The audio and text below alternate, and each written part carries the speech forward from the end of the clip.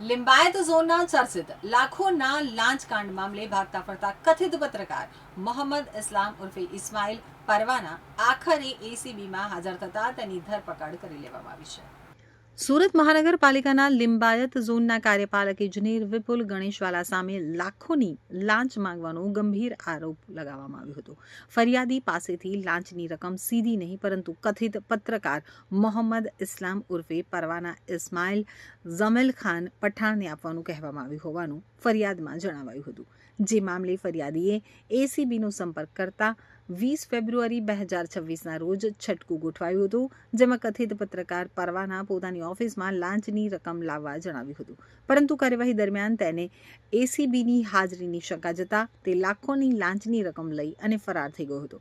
તો બીજી તરફ કાર્યપાલક ઇજનેર વિપુલ ગણેશવાલા પણ ભૂગર્ભમાં ઉતરી ગયો હતો। ત્યારબાદ એસીબીએ કાર્યવાહી કરી અને કાર્યપાલક ઇજનેર વિપુલ ગણેશવાલાની ધરપકડ કરી હતી, જ્યારે કથિત પત્રકાર લાંબા સમયથી ફરાર હતો। હવે આખરે મોહમ્મદ ઇસ્લામ ઉર્ફે ઇસ્માઇલ પરવાના જમીલ ખાન પઠાણ સુરત એસીબી સમક્ષ હાજર થતા તેની ધરપકડ કરી વધુ તપાસ હાથ ધરી છે।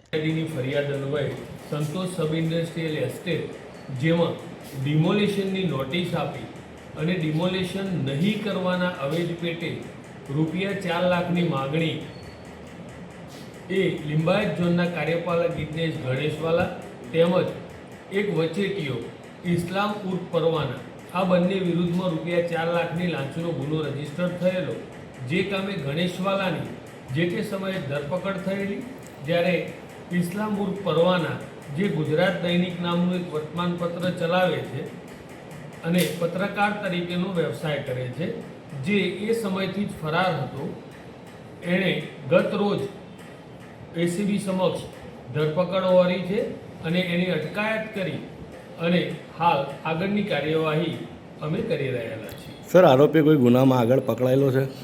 એ દરેક મુદ્દાઓની તપાસ છે, અમને મળેલા સાહેદો, અગાઉની એની ક્રિમિનલ હિસ્ટ્રી, આ દરેક મુદ્દાઓ અમે ઇન્વેસ્ટિગેટ કરી રહ્યા છીએ।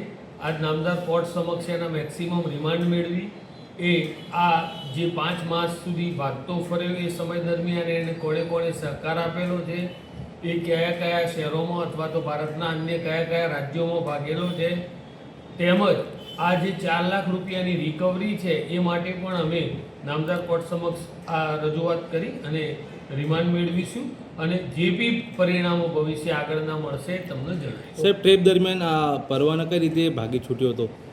પરવાના એની ઓફિસેથી રૂપિયા 4 લાખ સ્વીકારી અને ત્યાંથી જે ફરાર થયેલો એવી ઘટના ઘટેલી છે।